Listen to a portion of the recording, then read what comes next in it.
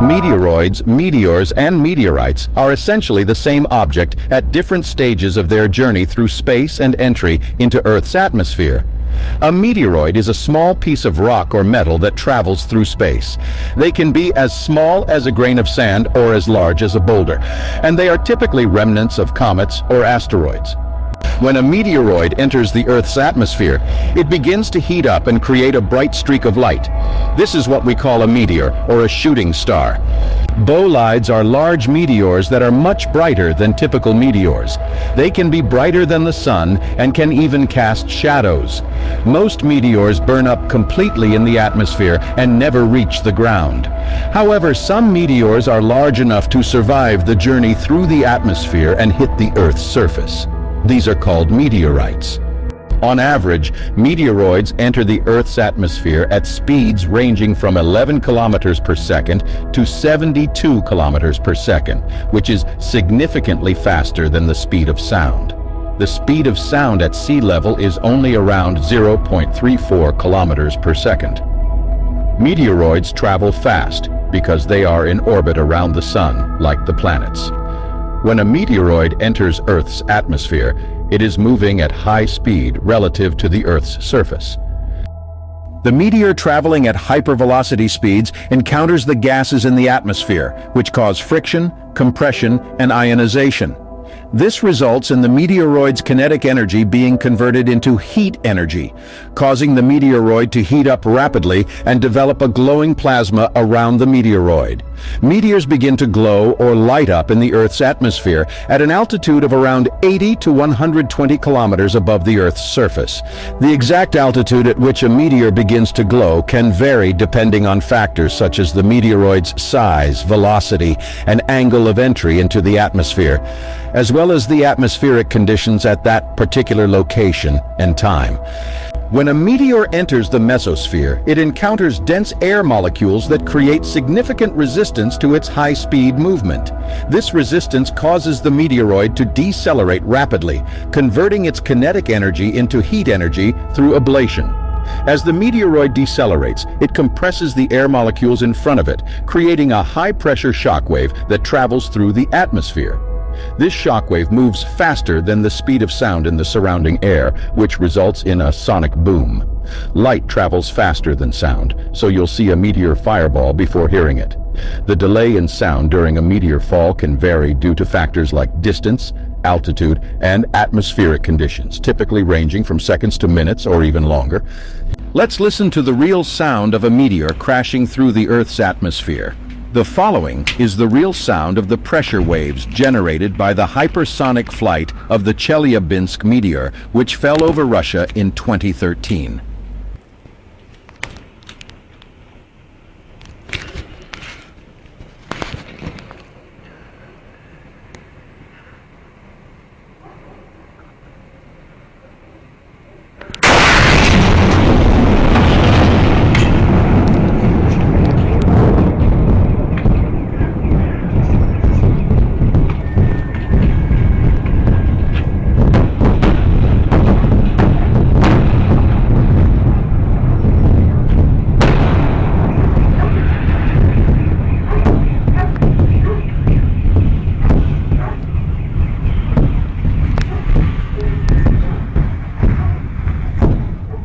As the meteoroid slows down, the surrounding air cools the meteoroid. This cooling process occurs through conduction, where the heat energy is transferred from the meteoroid to the surrounding air molecules. Eventually, the meteoroid reaches a point where the deceleration and cooling cause it to reach its terminal velocity. At this point, the meteoroid's speed stabilizes, and it continues to descend at a constant velocity. Once it hits the ground, it becomes a meteorite. Meteorites can exhibit a wide range of temperatures upon impact. Some meteorites are so cold that they can form frost from the surrounding humidity upon hitting the ground, while others may be just warm to the touch or even hot. The actual temperatures reached by meteorites upon impact depend on factors such as size, composition, entry angle, and velocity, and can be difficult to determine with precision. Meteorite-strewn fields are formed when a large meteoroid or asteroid breaks apart in the atmosphere before reaching the ground, scattering numerous fragments over a wide area.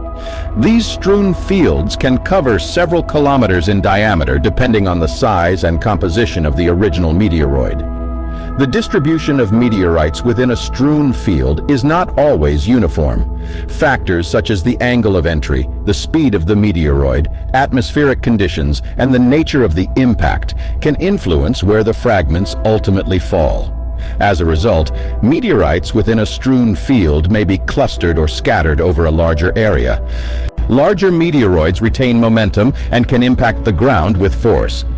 The intense energy generated upon impact can cause the meteoroid to vaporize into gas, resulting in a large explosion that generates a powerful burst of energy and shock waves, which can have significant effects on the surrounding environment. If a meteorite strike is large enough, it can radically deform the rocks, sand, or soil around the point of impact. The terrestrial materials near or beneath an impact site are physically altered by the tremendous heat, pressure, and shock waves associated with very large meteorite impacts. These transformed terrestrial materials are known as impactites. One example of an impactite is Australasian tectites. These tectites are formed from the terrestrial molten fragments ejected out of a crater after a large meteor impact. Australasian tectites are named after the Australasian strewn field, which covers 10 to 30% of the Earth's surface. Tectites from the Australasian strewn field can be found all over Southeast Asia, and even as far south as southern Australia. Recent findings have suggested that the impact event that created the Australasian strewn field tectites originated from an impact event that occurred in southern Laos, where a crater lies buried below the Bolaven Plateau around 790,000 years ago.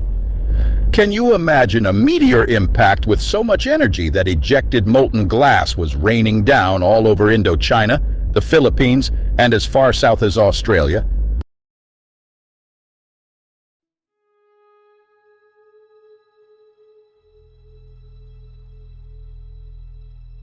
Meteorites, the extraterrestrial visitors that reach our planet, come in two forms, falls and finds. When a meteorite is witnessed falling from space and strikes the Earth's surface, it is called a meteorite fall. These incredible events can leave an unforgettable impression on those lucky enough to witness them. As these cosmic interlopers streak through the sky, they often produce a brilliant light show, generating a trail of fire and smoke that can last for several minutes. In contrast, a meteorite find occurs when a meteorite is discovered on Earth without any witnessed fall. These meteorites are often found buried beneath the Earth's surface or sitting on the ground waiting to be discovered. Although meteorite falls capture our imagination, the vast majority of meteorites found on Earth are actually meteorite finds. To put this into perspective, let's take a look at the statistics. This pie chart shows the total number of found meteorites categorized as falls versus finds based on their mass. As you can see, meteorite falls represent only a small percentage of all the meteorites found on Earth, while the rarity of meteorite falls makes them a special occurrence. Meteorite finds provide a valuable source of information for scientists to study the composition and origins of our solar system. Meteorites are broadly categorized into three main groups based on their composition: stony meteorites, iron meteorites, and stony-iron meteorites. Stony meteorites, as the name suggests, are composed primarily of silicate minerals. They are the most common type of meteorite and are believed to be remnants of the early solar system. Iron meteorites, on the other hand, are composed mostly of iron and nickel, with small amounts of other elements. These meteorites are less common than stony meteorites, but can be much larger and heavier due to their dense composition. Stony iron meteorites are a unique combination of both silicate minerals and metal, with metal making up a significant portion of the overall composition. These meteorites are relatively rare and are thought to have formed from the boundary between the core and mantle of a differentiated asteroid. When comparing meteorites by the number of individual falls, some types like stony meteorites may be more commonly reported. However, when looking at the total mass of meteorites found, types like iron meteorites may be more abundant due to their larger size and weight, even though they may be less frequently witnessed falling to Earth. It's important to note that the perspective of counting falls versus total mass can result in different conclusions about meteorite abundances. To simplify matters, we will begin by discussing the various types of meteorites, starting with the most frequently encountered stony meteorites, chondrites and achondrites. We will then move on to iron meteorites and conclude with stony-iron meteorites. By understanding the characteristics of each type, we can gain a better understanding of these enigmatic objects and their place in the solar system. The three broad groups of meteorites, stony, iron, and stony-iron, can be further categorized as either differentiated or non-differentiated. Differentiated meteorites, such as achondrites, stony-irons, and irons, have undergone significant chemical and physical changes due to complete melting in their parent asteroids. As a result, these meteorites have distinctive textures and mineral compositions that differ from undifferentiated meteorites. On the contrary, chondrites, which are a type of stony and undifferentiated meteorite, have not undergone full melting and still retain their primitive characteristics. Chondrites are one of the most common types of meteorites. Composed of chondrules, which are spherical inclusions found within the interior of chondritic meteorites, chondrites offer insights into the early solar system and the formation of celestial bodies. Chondrules are typically a millimeter in diameter and composed of silicate minerals such as olivine, pyroxene, and iron-nickel mineral. To find chondrules, one would have to cut slices from a chondritic meteorite and examine the interior of the specimen. Chondrules are often densely packed, and in some cases, they are so tightly packed that little matrix material can be seen between them. The matrix material in chondritic meteorites is composed of fine-grained, unaltered silicate minerals that encase the chondrules. The matrix material is thought to have formed from the dust and gas that comprised the solar nebula, the cloud of gas and dust from which the solar system formed. The texture of chondrules can vary widely from specimen to specimen, with some chondrites showing well-defined chondrules while others have faded or almost disappeared into the matrix. These modifications of the chondrules are thought to be a result of secondary processing, such as thermal metamorphism. Thermal metamorphism occurs when the chondrules and matrix material within a chondritic meteorite are exposed to high temperatures, causing recrystallization and blurring of the chondrule textures. This heating can result from the decay of radioactive aluminum, called aluminum-26, which produces heat as it decays. As chondrules accrete onto growing planetesimals, they trap heat from the accretion process. Silicate minerals are poor conductors of heat, and as the parent bodies grow, they accrete layers of minerals that become hotter with increasing depth. Near the center of the parent body, temperatures can reach as much as 950 degrees Celsius, causing solid-state recrystallization of the matrix and thermal metamorphism of the minerals. The variable texture of chondritic meteorites, including the density and definition of chondrules, has proven to be a useful tool in classifying these meteorites. By examining the texture and composition of chondrites, researchers can learn more about the early solar system and the processes that led to the formation of planets and other celestial bodies. Chondrules are believed to have formed early in the solar system's history, and their origin is still a subject of scientific investigation and debate among researchers. One leading theory suggests that chondrules form through rapid melting and solidification of droplets or globules in the early solar nebula. These droplets could have been molten due to high-energy processes such as shock waves, electrical discharges, or heating from solar flares. As these droplets cooled and solidified, they would have formed spherical shapes due to surface tension. Most chondrites also exhibit iron-nickel grains, which become visible when the chondrite is cut or sectioned. The metallic grains found in chondrites are likely the result of the same process that formed the chondrules, with iron and nickel condensing and solidifying into small metallic grains that were then incorporated into the chondritic material. It's worth noting that not all chondrites contain metallic grains, and the abundance and composition of chondrules and metallic grains can vary widely between different types of chondrites. This variation can provide clues to the conditions and processes that were at play during the formation and evolution of the early solar system. This is an ordinary chondrite meteorite. It exhibits distinct features, including a glossy black to brown fusion crust on its outer surface. The fusion crust is one of the most distinguishing characteristics of meteorites. While the fusion crust is smooth, glassy, and often darker in color, the interior exhibits a fragmented texture composed of chondrules and mineral grains. Chondrules are small, rounded objects that formed early in the solar system's history and are a characteristic feature of ordinary chondrites. The interior also contains a matrix, which is a fine-grained material that binds the chondrules and other components together. Ordinary chondrites are denser than the average Earth rock, primarily due to the presence of metallic minerals like iron and nickel. As a result, most meteorites would be attracted to magnets. If you look closely, you may see some of the metal grains on the surface, giving the fusion crust a speckled appearance. Additionally, they can exhibit regmaglyphs on their surface. Regmaglyphs are thumbprint-like depressions or cavities that are carved out by ablation during atmospheric entry. They are formed when the meteorite's outer layers vaporize and erode away as it encounters the extreme heat and pressure of the atmosphere. The regmaglyphs found on iron meteorites tend to be more well-defined and pronounced compared to those on stony meteorites due to the higher density and strength of the metallic composition. When discussing chondrites, two different measures of iron content are often used: metal content and total iron content. Metal content refers specifically to the amount of metallic grains, which are primarily composed of iron and nickel, that are present in the meteorite. These grains can be relatively large and are easily visible to the naked eye. Total iron content, on the other hand, refers to the total amount of iron present in the meteorite, regardless of its form.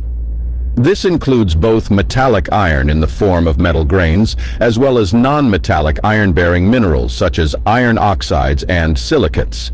These minerals are typically much smaller and can be more difficult to identify and quantify than the larger metal grains. When it comes to ordinary chondrites, they are classified based on their composition. One such group is the H-chondrites, where the H stands for high iron. These meteorites contain a high amount of iron, which typically ranges from 25 to 30% of the meteorite's total weight. Of this iron content, 15 to 19% is in the form of metal grains that are easily visible to the naked eye. L-chondrites, on the other hand, contain a slightly lower iron content, typically ranging from 20 to 25% of the meteorite's total weight. However, what sets them apart from H-chondrites is the lower amount of metal grains present, which only make up around 1 to 10% of the meteorite's weight. Lastly, there are LL-chondrites, where the LL stands for low metal, low total iron. These meteorites have a much lower metal content, ranging from 1 to 3% of the meteorite's weight.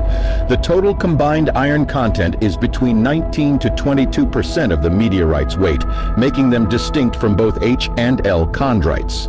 In 1967, two experts in meteoritics, W. Randall Van Schmoos and John A. Wood, introduced a comprehensive classification system for chondrites that is still used today. This system categorizes chondrites into 6 petrographic types, ranging from type 1 to type 6, based on 10 criteria, including meteorite composition, chondrule and matrix texture, bulk carbon content, and metallic minerals. However, for simplicity, we will focus on 3 criteria that can be easily observed by the naked eye or microscope: chondrule texture, matrix texture, and metallic mineral content.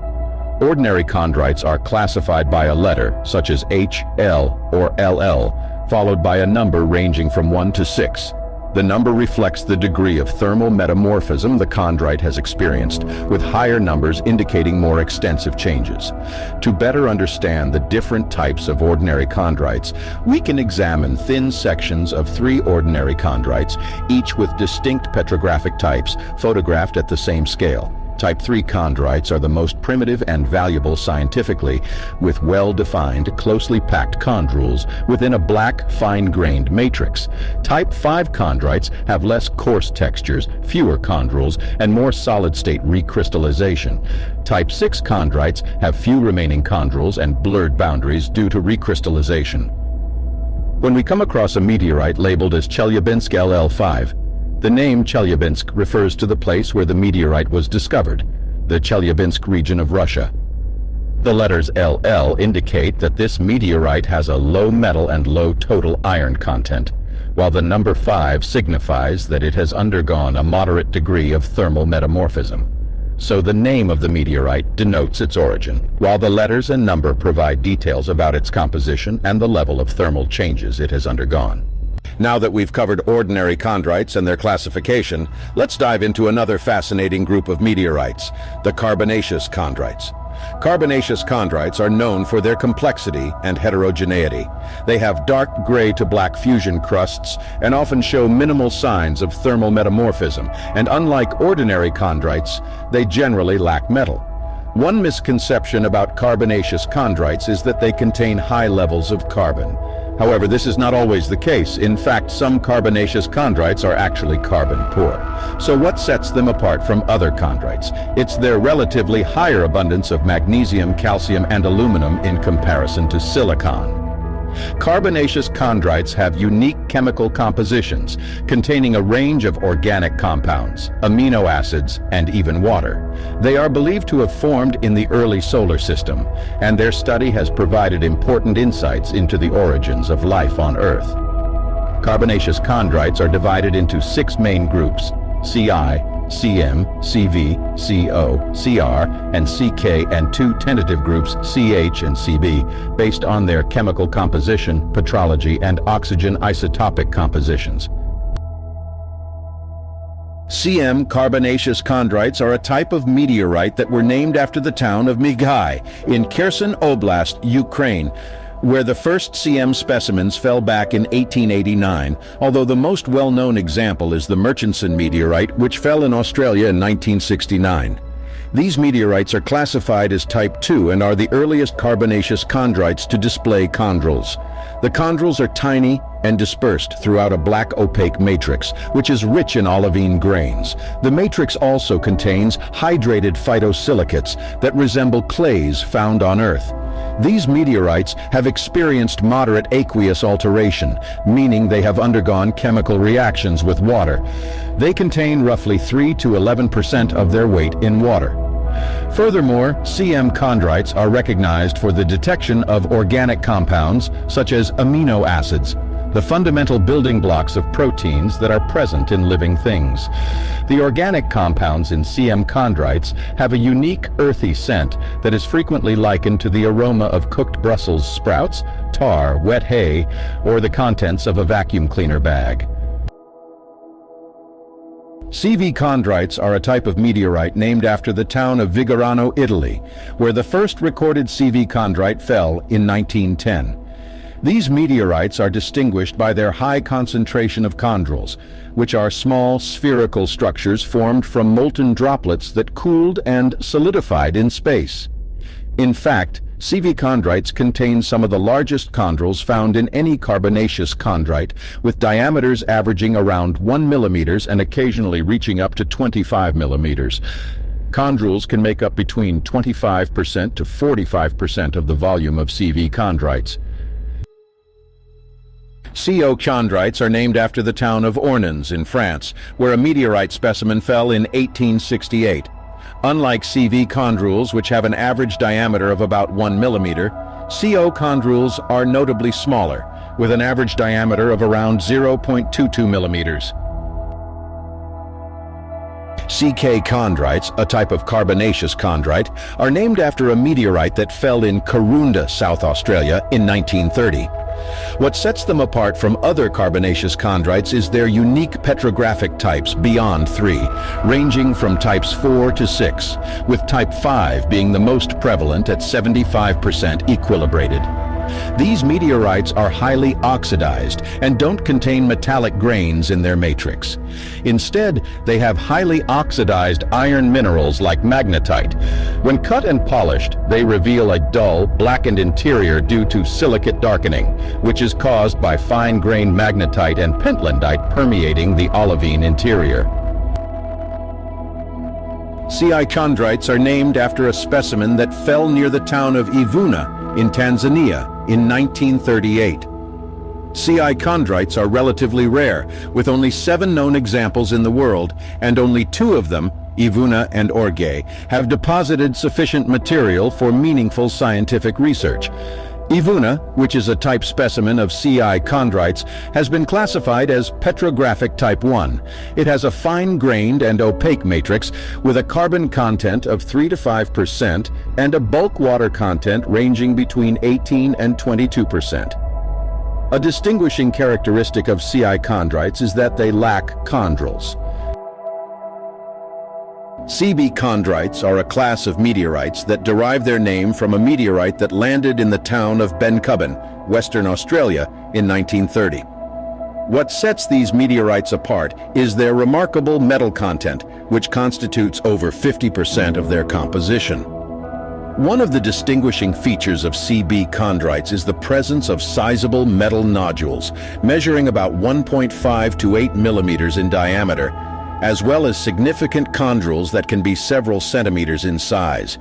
In chondrites, the H stands for high metal, referring to the significant amount of iron and nickel metal present in these meteorites, which can make up to 20% of the volume.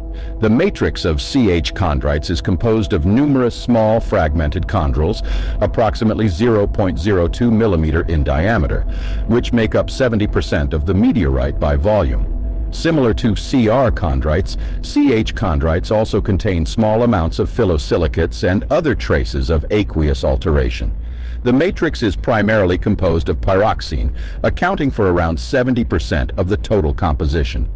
Some chondrites can contain up to 60 to 70% metal, making them one of the most metal-rich carbonaceous chondrites known. Some scientists have combined chondrites with the metal-rich Bencubben-like CB group, as Bencubben was initially classified as a chondrite, but is now classified as a CB3 chondrite. Now that we have briefly covered ordinary chondrites and carbonaceous chondrites, let's take a look at some other not-so-ordinary chondrites.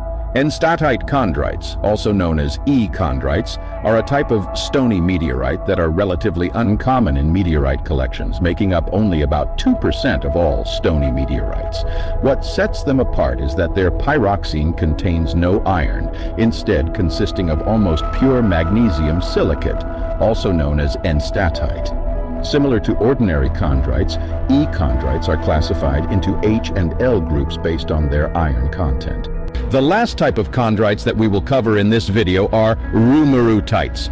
Rumurutiites, also known as Achondrites, are a kind of chondrite meteorite that were initially recognized in 1993. These meteorites were named after Rumuruti, a town located in southwestern Kenya where a meteorite fall was witnessed in 1934. However, the specimen remained unstudied until 1993 when its true identity was revealed. Another specimen was found in Carlisle Lakes, Western Australia, in 1977. Rumurutiites possess several unique features that distinguish them from other chondrites. They are the most oxidized of all chondrites, which means they contain a higher proportion of oxidized minerals and less metallic iron. In contrast, chondrites contain almost all of their iron in the metallic state. Moreover, chondrites are practically devoid of iron metal, unlike most other chondrites. The majority of chondrites are brecciated, composed of fragments of different types of meteorites that have been cemented together. They typically contain light-colored, equilibrated clasts or pieces of rock against a dark, fine-grained matrix. Antarctica and hot deserts are where most chondrites have been found, although the original Carlisle Lake specimen was discovered on the northern edge of the Nullarbor Plain in Western Australia.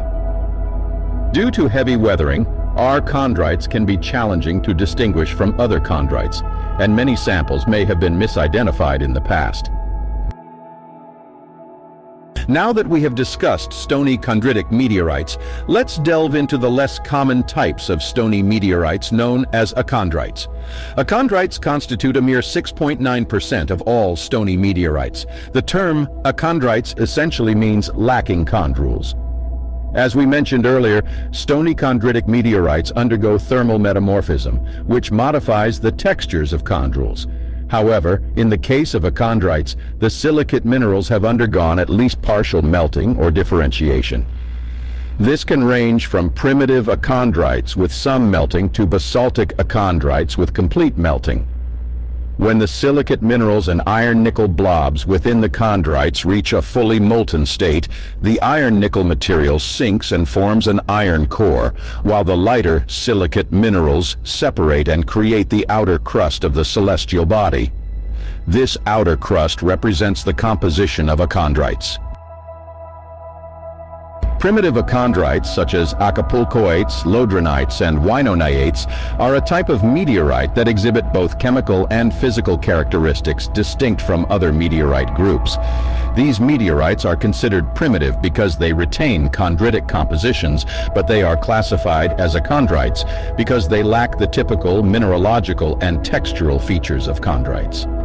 Acapulcoites and lodronites are closely related subgroups within the category of primitive achondrites. They share similar chemical and mineralogical properties but differ in grain size. Acapulcoites have fine-grained structures with abundant orthopyroxene as the primary mineral, along with olivine, iron-nickel metal, troilite, and chromite. The grain sizes in acapulcoites range between 0.2 and 0.4 millimeters. On the other hand, lodronites have coarser grains, measuring between 0.5 and 1.0 millimeters, with olivine as the dominant silicate mineral. Their composition falls between that of enstatite chondrites and ordinary chondrites. Both acapulcoites and lodronites exhibit extensive recrystallization through thermal metamorphism, as evidenced by the presence of triple junctions at approximately 120 degrees Celsius in thin sections of the meteorites. This indicates that these meteorites experienced a prolonged period of elevated temperatures within their parent bodies, allowing atoms within the minerals to migrate and rearrange themselves into simpler configurations. The coarser grain size of lodronites suggests that they formed in deeper layers of their parent body and underwent more intense thermal processing compared to acapulcoites.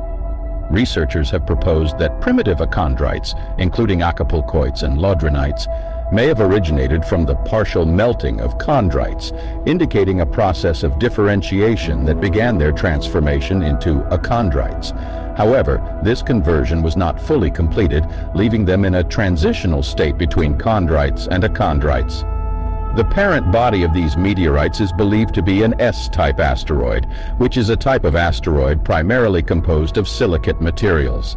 Winoniates, another subgroup of primitive achondrites, were named after the type specimen found in Winona, Arizona. These meteorites exhibit fine to medium-grained structures, mostly equigranular, and occasionally contain regions of relic chondrules. Their mineral composition is similar to chondrites, intermediate between enstatite and ordinary chondrites. Winoniates also contain iron, nickel, and ferric sulfide veins, which may represent the first partial melts on the original precursor parent body. They are closely related to silicate inclusions found in certain iron meteorite groups, such as IAB and IEICD irons. Eucrites are the most common type of achondrite meteorites and are characterized by their shiny dark brown to black fusion crust, lack of chondrules, fine-grained fragments of igneous rock, and calcium-rich composition. They share similarities with terrestrial basalt, but have distinct differences in color and mineral composition. Eucrites can be challenging to differentiate from each other, but certain properties, such as magnetic attraction, can be used to distinguish specific types. A unique eucrite, known as camel donga, found in Western Australia, is slightly attracted to a magnet due to the presence of small amounts of iron metal. In contrast, milbilili, which is chemically identical to camel donga, is not attracted to a magnet. This magnetic property can be used as a distinguishing characteristic by collectors.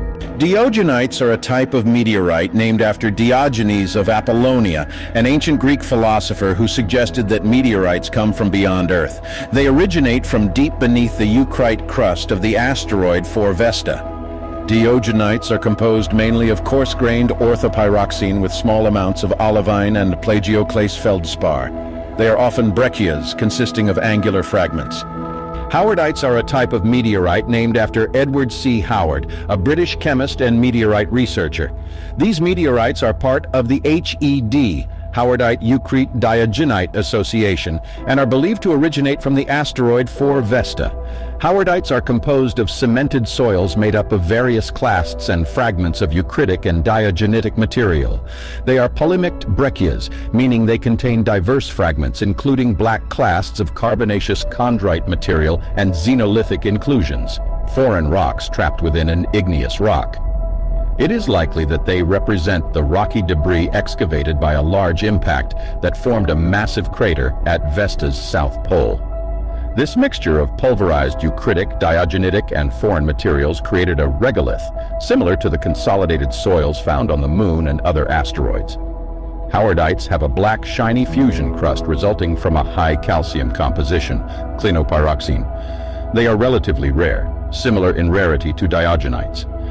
Uralites are a type of meteorite that fell near the village of Novo-Ure in central Russia in 1886. They are among the rarest and most peculiar types of Achondrite meteorites, alongside aubrites and diogenites. Uralites are unique and differ significantly from other Achondrites.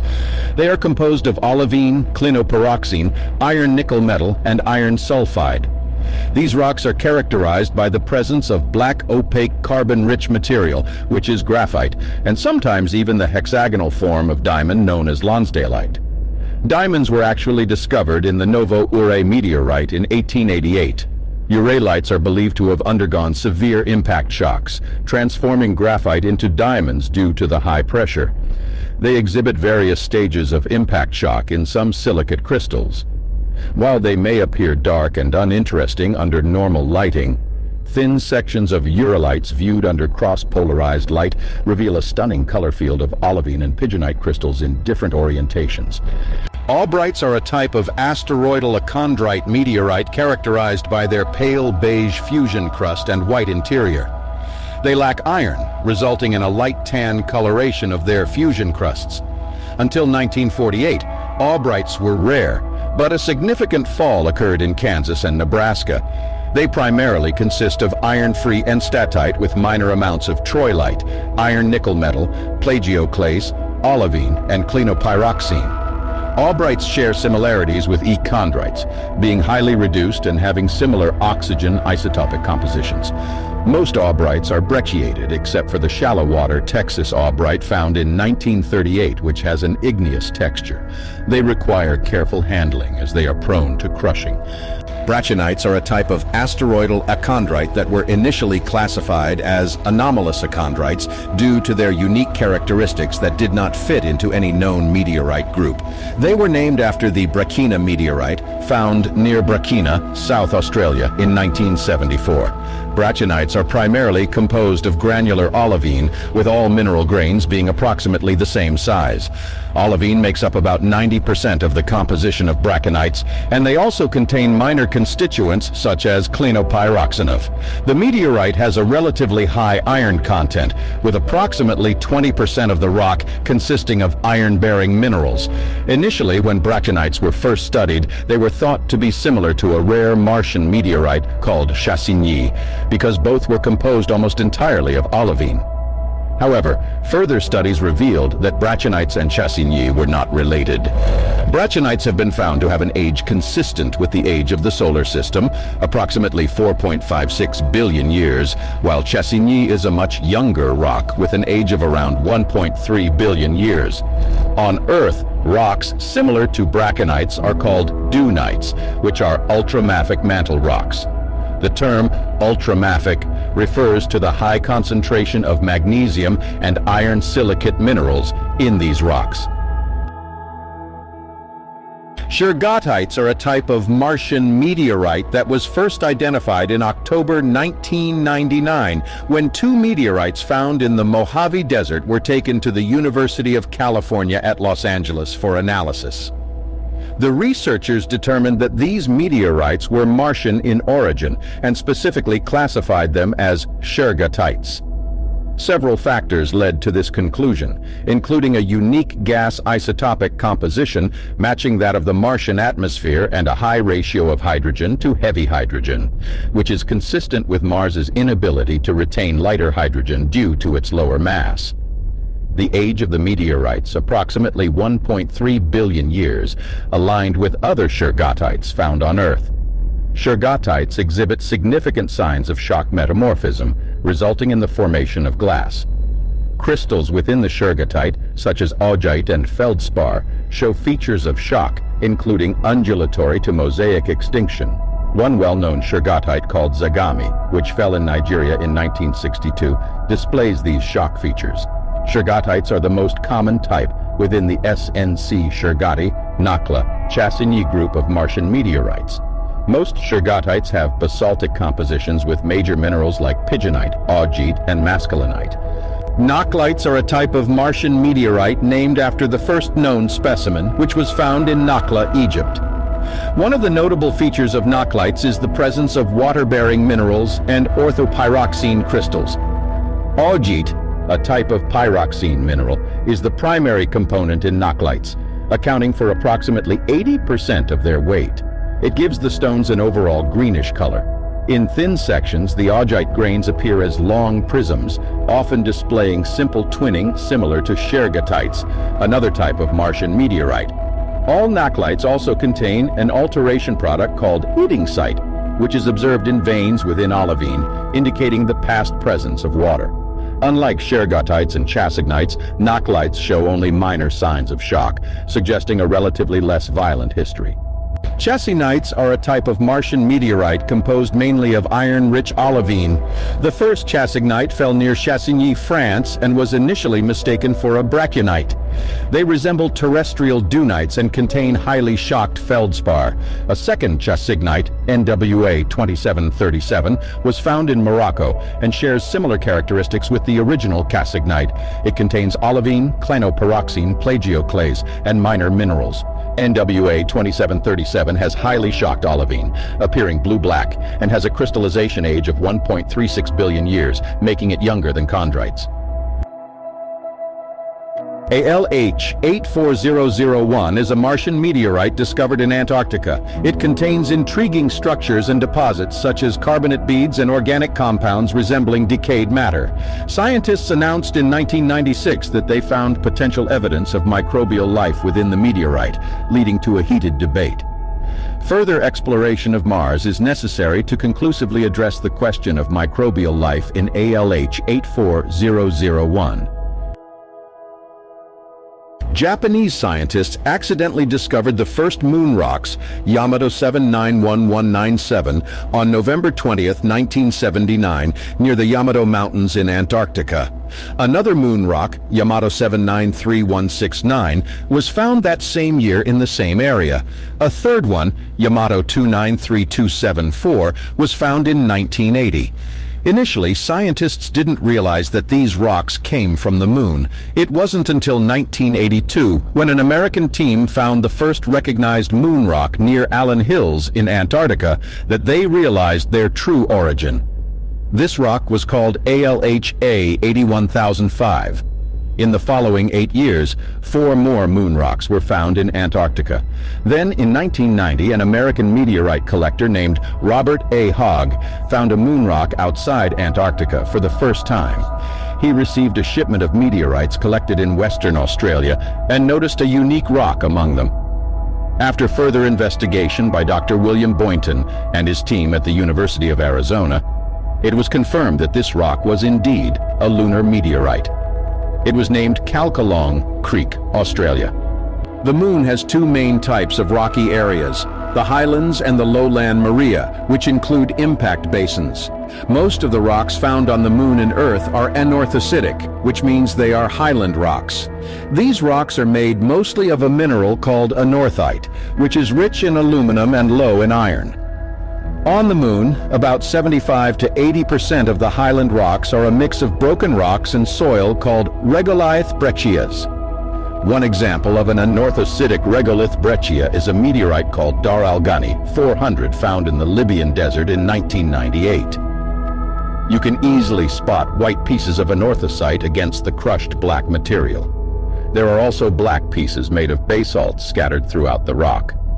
The dark glass might be due to intense pressure on the feldspar, and the veins filled with terrestrial carbonates are probably the result of weathering over many years. When the ancient lunar crust was formed, there was a period of intense bombardment. The outer layer of the Moon was severely damaged and turned into a pile of rocks with many craters. The bombardment stopped suddenly around 3.9 billion years ago, leaving behind large circular impact basins. Between 4.0 and 3.2 billion years ago, these basins were filled with molten rock called basalt, which cooled and solidified to form the dark areas on the Moon called mare basalts. This might have been caused by the impact fracturing that reached the deeper layers of the Moon, creating pathways for the molten rock to reach the surface. The flooding ended about 1.3 billion years ago. Roughly 17% of the Moon's visible side is covered by mare basalts. The far side of the Moon has fewer mare basalts, mostly found in large impact craters. Mare basalts are dark crystalline rocks made up mostly of iron-rich pyroxene, olivine, ilmenite, and low amounts of iron-poor plagioclase. They have less aluminum compared to the brighter highlands of the Moon. Researchers further classify mare basalts into different groups based on their chemical composition. Now that we have discussed the various types of stony meteorites, including both chondrites and achondrites, let us now delve into the realm of iron meteorites. As previously mentioned, stony chondritic meteorites typically comprise a combination of silicate minerals and metal. As the asteroid body accumulates more material, these components undergo heating, leading to transformations within the rock. Over time, the chondritic material reaches a temperature where it completely melts, causing the denser iron and nickel to separate and sink from the lighter silicate minerals. This accumulation of dense iron serves as the primary source for iron meteorites. As time passed, these celestial bodies experienced more collisions that removed their outer layers, revealing their inner metallic cores. Continuous collisions for millions of years likely stripped away the entire surface of many of these asteroids. Iron meteorites contain two important alloys, low-nickel camosite and high-nickel teinite. These alloys form when the liquid metal cools below 1,370 degrees Celsius. The formation depends on the nickel content, temperature, and cooling rate. As the temperature drops below 900 degrees C, the alloys divide into three fields. Above 900 degrees C, only teinite is stable. As the temperature decreases further, the stability shifts to a combination of teinite and camosite or camosite alone, based on the nickel content. Differentiating these alloys is important for classification. The older method relies on the visible crystalline patterns when an iron-nickel meteorite is polished and etched. The chemical method involves measuring trace elements to classify the meteorites into distinct groups. The Widmanstatten pattern is a unique pattern of interlocking crystals that is commonly found in some iron-nickel meteorites. It is named after Count Alois von Beck-Widmanstatten, an Austrian scientist who first observed and described the pattern in 1808. As mentioned previously, iron meteorites contain two types of metal alloys called taenite and camosite. When you first cut open an iron meteorite, it will just look like a shiny metal surface. However, if you want to see a special pattern called the Widmanstatten pattern, you will need to treat the meteorite with a weak acid solution such as with nitric acid. The acid reacts differently with the camosite and taenite, and this reaction is what makes the Widmanstatten pattern become visible. The pattern consists of a series of elongated crystals of the mineral camacite and taenite that are arranged in a distinctive geometric pattern. These crystals form when molten metal cools and solidifies over an extended period of time, typically millions of years, under extremely slow cooling rates. The slow cooling allows for the diffusion of atoms and the growth of large crystal structures. The reason Widmanstatten patterns are almost exclusively found in meteorites is due to the unique cooling conditions they experienced. Meteorites are thought to have formed in the early solar system from the remnants of stellar explosions or collisions between asteroids or planetary bodies. When these metallic cores of asteroids or protoplanets cool slowly over millions of years, they can develop the Widmanstatten pattern. It's important to note that there are similar-looking patterns that could be found in terrestrial iron called Widmanstatten structures. The key factor that differentiates the Widmanstatten pattern from Widmanstatten structures is the scale. The Widmanstatten pattern refers to the macroscopic arrangement of crystals visible to the naked eye in meteorites. On the other hand, Widmanstatten structures encompass the microstructure of the crystals at the microscopic level. Iron meteorites can be divided into three structural classes: hexahedrites, octahedrites, and ataxites. Hexahedrites contain a low amount of nickel, ranging between 4.5% to 6.5% nickel. The main component of hexahedrites is camacite. When the camacite in hexahedrites crystallizes, it forms cubic crystals with all 6 sides equal and at right angles to each other. Hexahedrite meteorites often break along these crystal faces when they enter Earth's atmosphere. On the outside, hexahedrites don't show much structural detail. However, if a hexahedrite is carefully ground and polished flat on one of its 6 sides and then treated with certain chemicals like nitric acid or ferric chloride, an interesting structure called Neumann lines becomes visible. These lines were first described by Franz Ernst Neumann in 1848. Neumann lines are cross-sections through very thin lamellae or twinning planes, which are 10 micrometers wide. These lamellae grow on the planes of the camacite crystal lattice. Normally, these lamellae are not visible to the naked eye. But if the hexahedrite meteorite has experienced strong mechanical shock while in space, which many meteorites have, weak points may show slippage along several shock planes that run parallel to the faces of the hexahedrite. Octahedrites are the most common type of iron meteorite and are known to contain the stunning Widmanstatten pattern. Octahedrites are classified based on the texture of the Widmanstatten structure or the width of the camacite plates, which depends on the meteorite's bulk nickel content. There are 6 subgroups within the octahedrite classification: OGG coarsest, OG coarse, OM medium, OF fine, OPL placitic, and beyond the finest subgroup are the ataxites. The nickel content varies within each subgroup, but generally the coarsest bands have the least bulk nickel. As the nickel content increases, the Widmanstatten structures transition into a fine-grained mixture called plecite, and eventually into a structureless mass of high-nickel taenite called ataxites. Ataxites almost consist entirely of taenite. Although the Widmanstatten pattern is not easily visible in ataxites, fine microscopic structures within the ataxite will show tiny taenite crystals coated with laths of camacite and set in a fine placitic matrix. Alongside the consideration of the structural class, the classification of iron meteorites also incorporates their chemical composition. Iron meteorites are categorized into 14 distinct chemical groups. It is worth noting that there exist additional iron meteorites that do not fall into any specific group, referred to as ungrouped irons. IAB group. The IAB group includes well-known iron meteorites like Canyon Diablo from Meteor Crater in Arizona. They are typically coarse or medium octahedrites with inclusions of troilite, graphite, cohenite, and some silicates. These meteorites are fragments formed through impacts on a differentiated asteroid parent body. IC group. A well-known IC group meteorite is Erispe. This small group is primarily composed of coarse octahedrites with dark inclusions of cohenite. They have lower levels of arsenic and gold compared to other groups. IIAB group. The IAB group consists of hexahedrites or coarsest octahedrites with abundant Newman lines. They may have formed in the core of a C-type asteroid. Braunau, Lake Murray, and Sikhote-Alin are well-known examples. IIC group. This group includes placitic octahedrites with camosite bandwidth less than 0.2 mm. Placity is found in the spaces between camosite plates. IID group.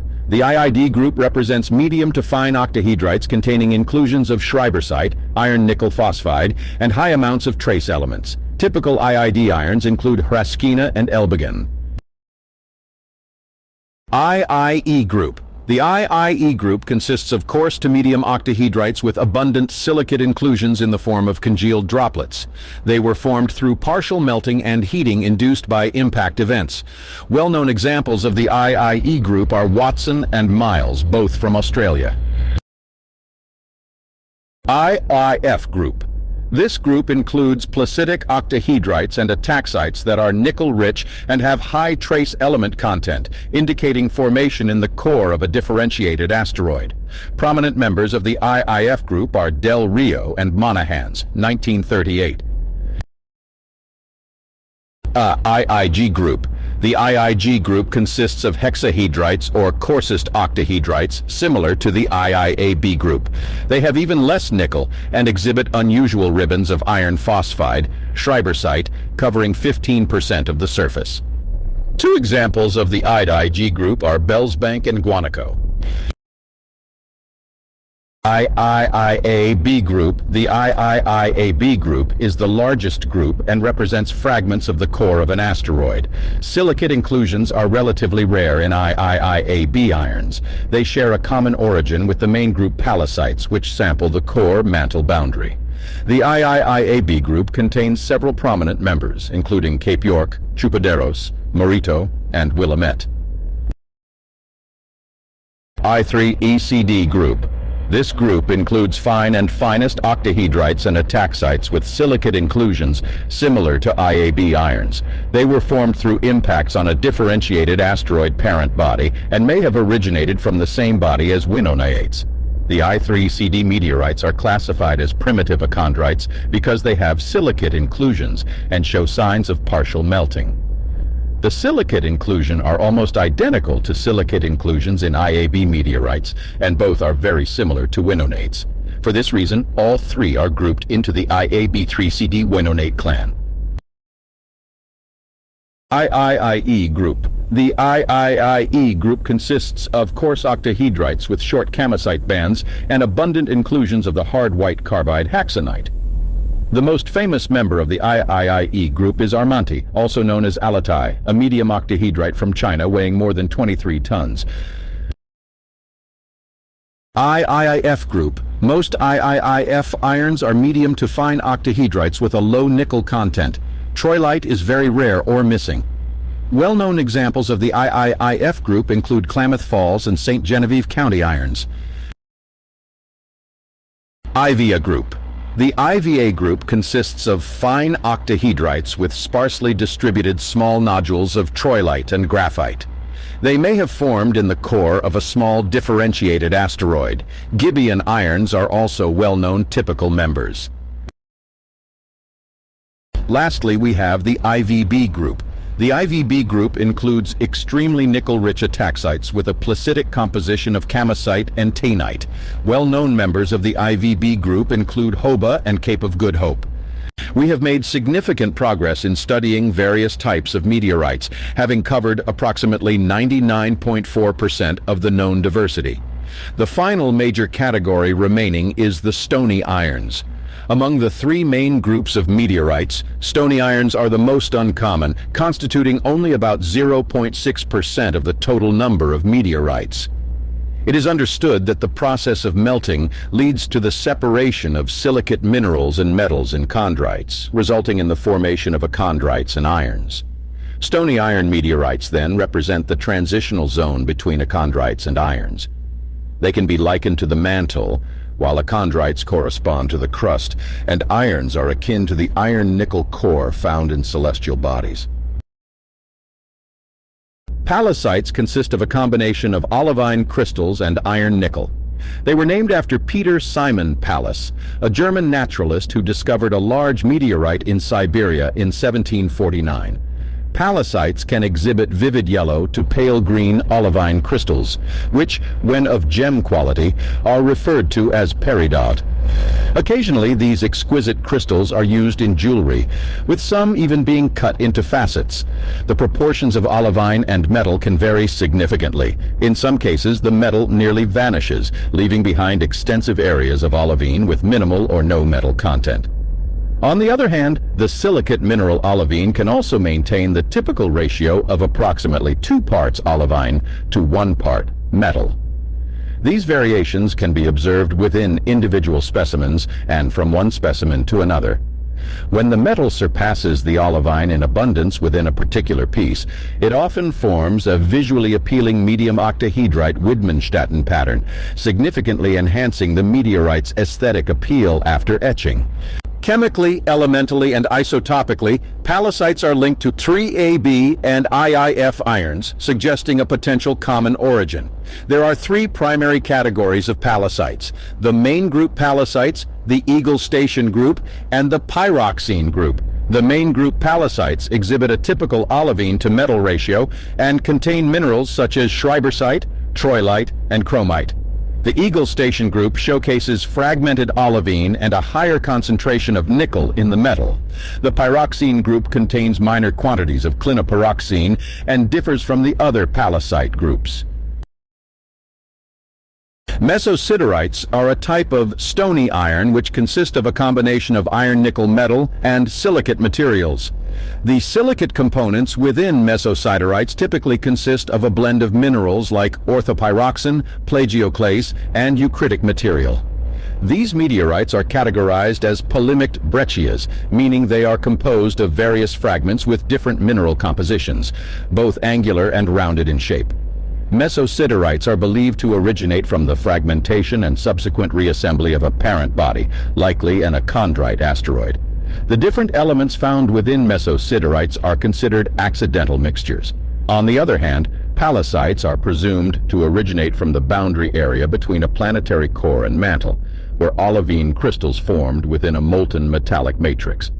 As we conclude this journey through the captivating world of meteorites, we are reminded of the immense power and mystery that lies beyond our planet.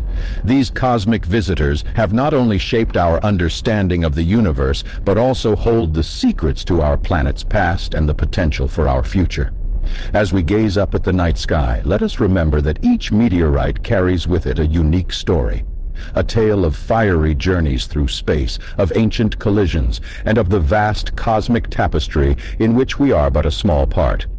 So, as we continue to explore the wonders of our universe, may we be inspired by these celestial messengers and their timeless message that the universe is an ever-evolving, awe-inspiring place, just waiting for us to uncover its secrets. Thank you for joining us on this voyage of discovery. And remember, as you look up at the stars, always keep your eyes open, for who knows what marvels may be waiting to descend from the heavens above.